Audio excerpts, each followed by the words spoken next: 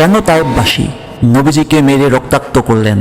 কেন নবীজি তায়েববাসীকে বদদোয়া না করে উল্টো দোয়া করলেন?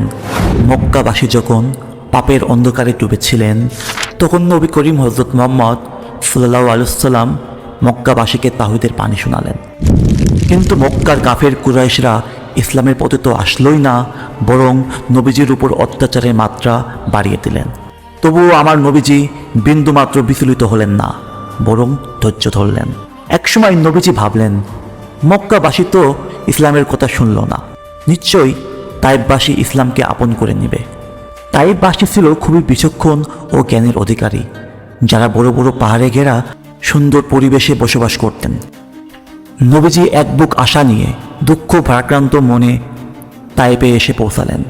কিন্তু এক নিমেষেই নবীজির সকল আশা ভেঙে চুরমার হয়ে গেল। তায়েববাসী নবীজির কথা তো শুনলই না, বরং ছোট ছোট টুকাই বাচ্চাদের লেলিয়ে দিলেন নবীজিকে মারার জন্য। তায়েববাসীর পাথরের আঘাতে নবীজি জখম ও রক্তাক্ত হলেন।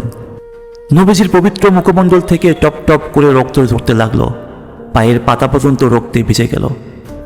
তখন নবীজি দুঃখ ভারাক্রান্ত মনে আল্লাহর কাছে দোয়া করলেন।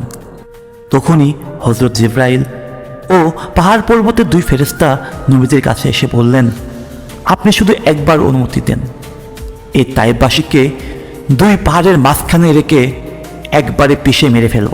তখন আমার দয়াল নবীজি ফেরেশতাদের বললেন, না না, তোমরা এটা করো না।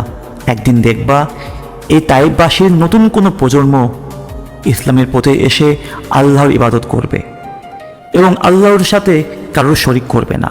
প্লিজ সাবস্ক্রাইব করুন ও আমাদের সাথে থাকুন।